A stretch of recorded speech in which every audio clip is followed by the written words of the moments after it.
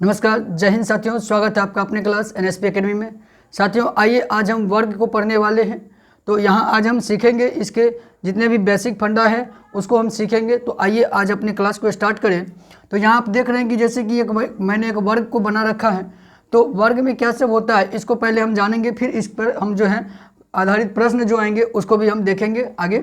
तो आइए अब जैसे यहाँ पर देखिए कि वर्ग बना हुआ है। तो वर्ग में क्या होता है कि जो भी विमाएँ होती हैं ये सभी क्या होते हैं, इक्वल होता है। मैंने यहाँ इक्वल का भी साइन दे चुका है, यहाँ पर देखिए तो लिखा हुआ इक्वल। अर्थात कहने का क्या मतलब, यदि अगर इसकी जो जितनी लंबाई है इसकी भी लंबाई उतनी होगी, ए बी की लंबाई जितनी है उतना ही लंबाई बी सी, उतना ही लंबाई किसका, तो यहाँ पर सी डी का उतना ही लंबाई डी ए का होगा। अर्थात अगर इसे हम ए मान लें तो ये भी क्या होगा, तो ए ही होगा, और ये भी क्या, तो ए, और ये भी ए ही होगा। तो इसको आप जान गए कि वर्ग की सभी विमाएँ जो है, भुजा जो है वो क्या है, तो बराबर होते हैं। तो जैसे कि हम जानते हैं कि जो परिमाप, अगर हमें किसी भी मान लो पिक्चर को निकालना हो और किसी भी पिक्चर का अगर हमें परिमाप निकालना होता है तो हम क्या करते हैं, उसकी सभी भुजाओं को हम जोड़ देते हैं। तो यहाँ हम अगर इसका परिमाप निकालना चाहें वर्ग का तो हम क्या जोड़ेंगे, तो ए, फिर प्लस में ए करेंगे, फिर प्लस में ए करेंगे, और फिर प्लस में क्या करेंगे, तो ए करेंगे, यही करेंगे। तो यहाँ से हम क्या देख रहे हैं, तो 1 2 3 4 4 ए आ रहा है, क्या आ रहा है, 4 ए।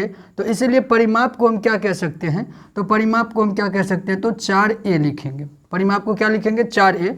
ए कहने का मतलब होता है क्या, तो भुजा, भुजा की लंबाई, क्या, तो ए क्या हो जाता है, भुजा की लंबाई होती है,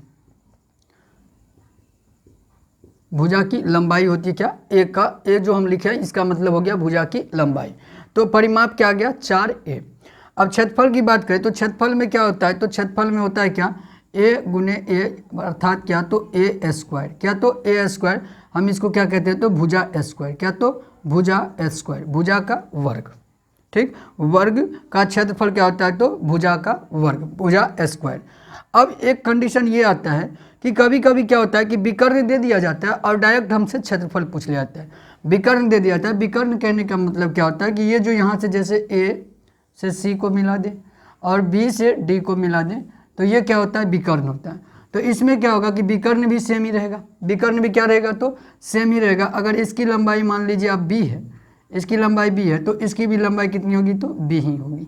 ठीक, तो यहाँ पर जैसे कि जब विकर्ण दिया होता है तब हम क्षेत्रफल कैसे निकालेंगे, तो विकर्ण का क्या करेंगे, जैसे विकर्ण यहाँ पर है तो बी का स्क्वायर बटे में 2, कहने का मतलब क्या हुआ, तो विकर्ण का स्क्वायर कर देंगे और बट्टे में क्या लगा देंगे, 2।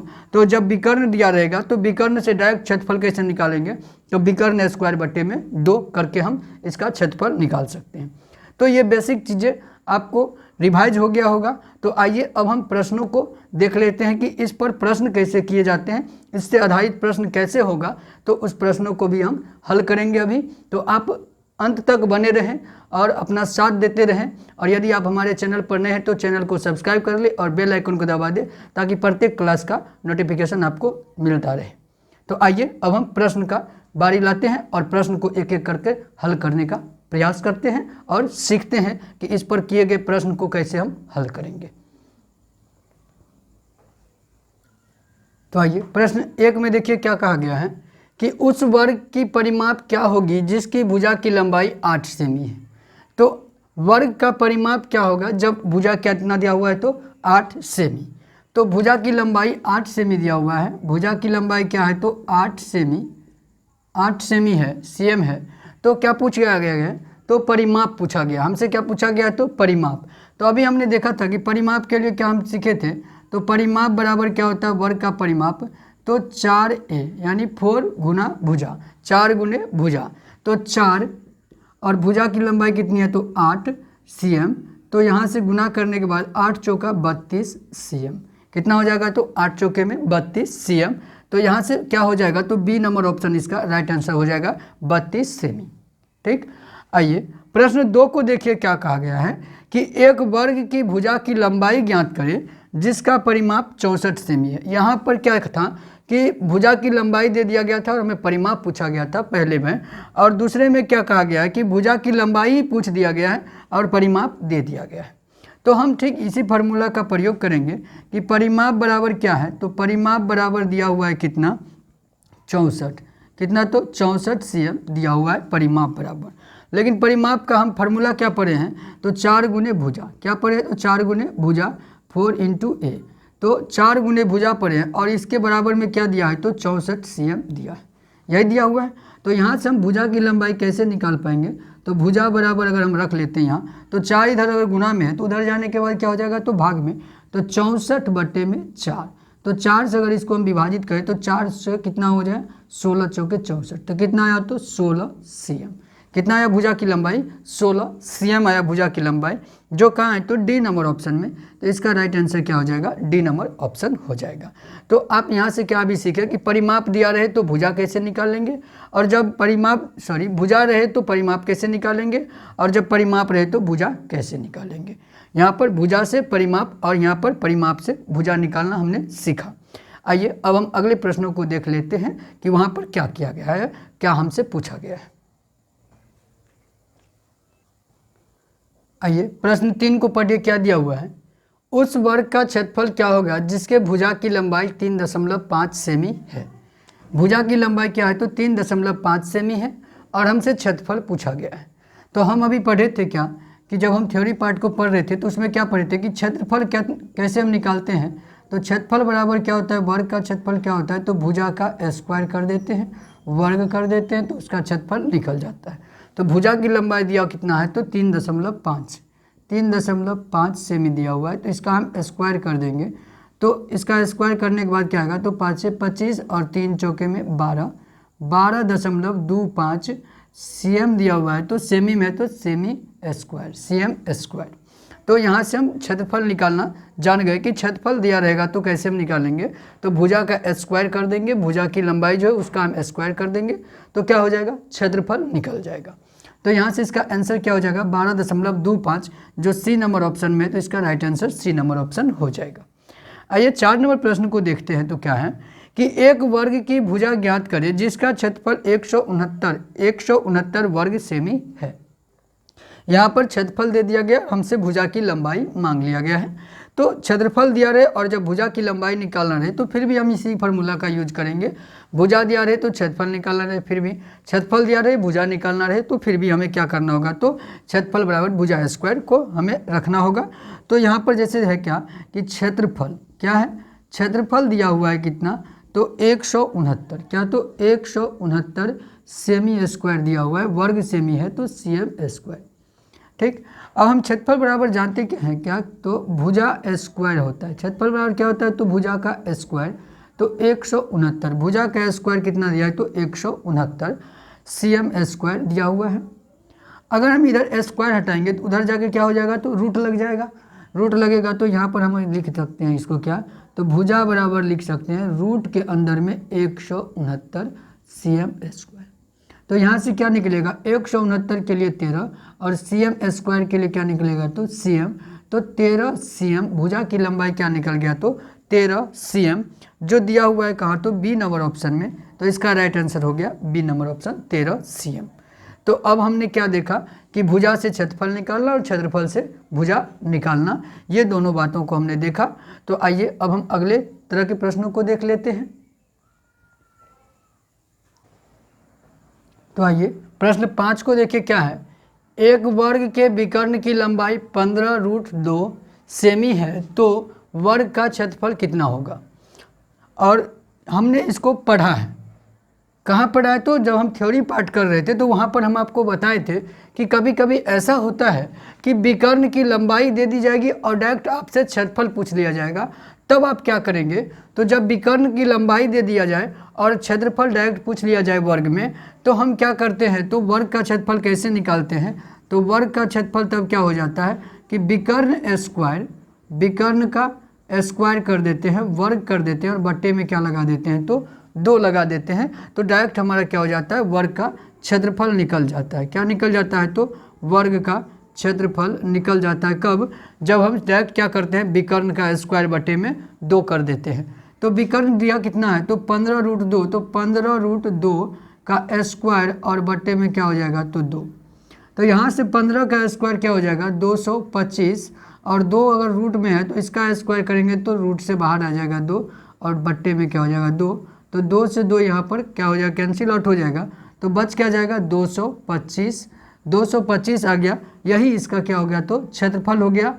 तो 225 वर्ग मीटर, 225 वर्ग सेमी में है तो वर्ग सेमी।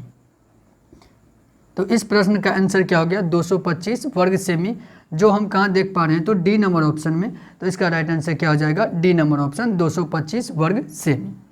आइए अब यहाँ पर 6 नंबर प्रश्न को देखिए क्या कहा गया है कि एक वर्गाकार मैदान का क्षेत्रफल 6050 वर्ग मीटर है तो उसके विकर्ण की लंबाई क्या होगी।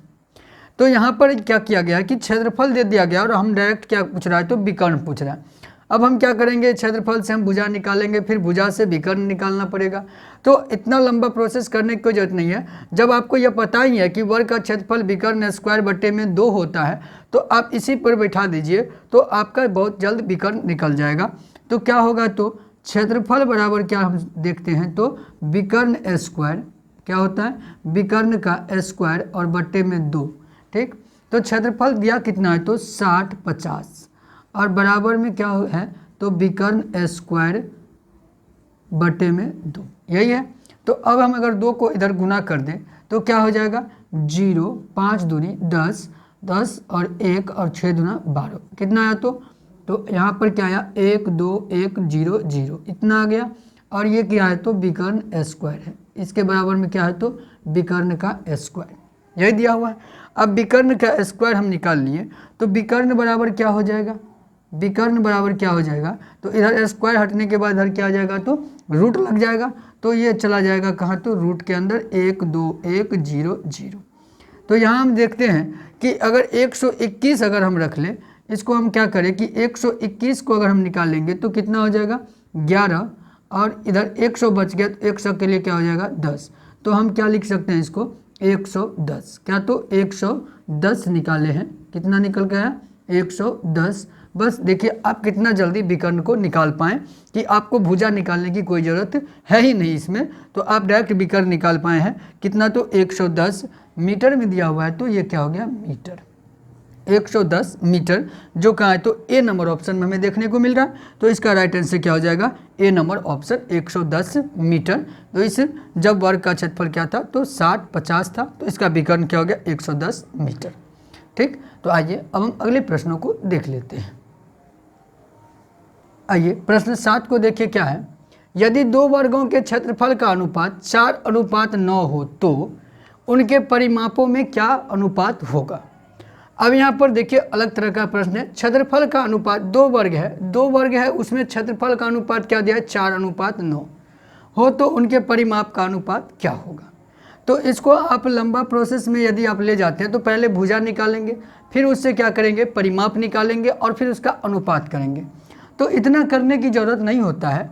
यदि आपको 2 वर्ग का क्षेत्रफल का अनुपात दिया है और यदि आपसे परिमाप का अनुपात पूछ ले, भुजा का अनुपात पूछ ले, विकर्ण का अनुपात पूछ ले, तो आप कुछ नहीं ज़्यादा करें, इसमें बस इतना कर दे कि इसका क्या करें कि इस पर आप रूट चढ़ा दे, तो बस जो अनुपात आएगा वही अनुपात इसका आंसर हो जाएगा।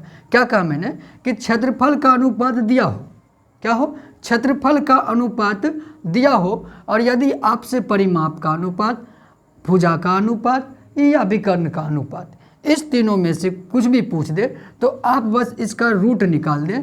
इसका क्या करें, रूट निकाल दें। तो आप यहाँ पर देख पा रहे हैं कि क्षेत्रफल का अनुपात क्या है 4:9, तो इसका रूट निकाल दें। तो 4 के लिए क्या आ जाएगा 2 और 9 के लिए क्या आ जाएगा तो 3। बस यही हो जाएगा क्या कि भुजा का अनुपात, विकर्ण का अनुपात या परिमाप का अनुपात। तो बस यही हो गया 2:3। तो जो कहाँ है तो बी नंबर ऑप्शन में इसका राइट आंसर हो जाएगा बी नंबर ऑप्शन 2:3। अगर ठीक इसके विपरीत रहता कि क्षेत्रफल हमसे पूछा जाता और यहाँ पर यदि परिमाप, भुजा या विकर्ण दिया रहता, तब यदि हमसे क्षेत्रफल पूछा जाता तब हम क्या करते कि इसका हम वर्ग कर देते। यहाँ पर जो अनुपात दिया रहता उसका हम वर्ग कर देते। यदि मान लेते यहाँ पर अगर हमें, आप तो ये समझ पाए होंगे, ये समझ लिए होंगे कि क्षेत्रफल दिया है तो परिमाप के निकालना रहे अनुपात, तो क्या करेंगे रूट चढ़ा देंगे, बस वही होगा जो रूट से बाहर आएगा। ठीक है। अब यदि मान लीजिए कि यहाँ पर अगर हमें परिमाप दिया रहता, क्या दिया रहता, परिमाप दिया रहता या भुजा दिया रहता, भुजा का अनुपात दिया रहता या परिमाप का अनुपात, तो यहाँ पर हम क्षेत्रफल का अनुपात अगर हमसे पूछा जाता, क्षेत्रफल का अनुपात हमसे पूछा जाता, तब हम क्या करते, इसका स्क्वायर कर देते। 4 और 9 का क्या करते हम, इसका दोनों का वर्ग कर देते अनुपात का, तो 4 चौके में 16 हो जाता, 9 9 में 81 हो जाता। यही इसका अनुपात आ जाता। कब, जब यहाँ पर परिमाप होता और यहाँ पर क्षेत्रफल पूछा जाता तब। समझ पाए होंगे। तो लेकिन इस प्रश्न के लिए, जो कि अभी प्रश्न क्या था, तो यहाँ पर प्रश्न था परिमाप हमसे पूछा गया था, परिमाप का अनुपात, और दिया क्या था, तो क्षेत्रफल का अनुपात हमको दिया हुआ था। क्या दिया हुआ था, क्षेत्रफल का अनुपात हमको दिया हुआ था और हमसे परिमाप का अनुपात पूछा गया था। तो इसका आंसर तो यही होगा 2:3 होगा, जो बी नंबर ऑप्शन में, तो बी नंबर ऑप्शन इसका राइट आंसर होगा। तो साथियों आज के लिए यही था, और आपको आज का क्लास कैसा लगा इसको कमेंट कर कर जरूर बताएं, और चैनल पर यदि आप नए हैं तो चैनल को सब्सक्राइब कर ले और बेल आइकन को दबा दें। तो आज के लिए यहीं तक, जय हिंद, धन्यवाद।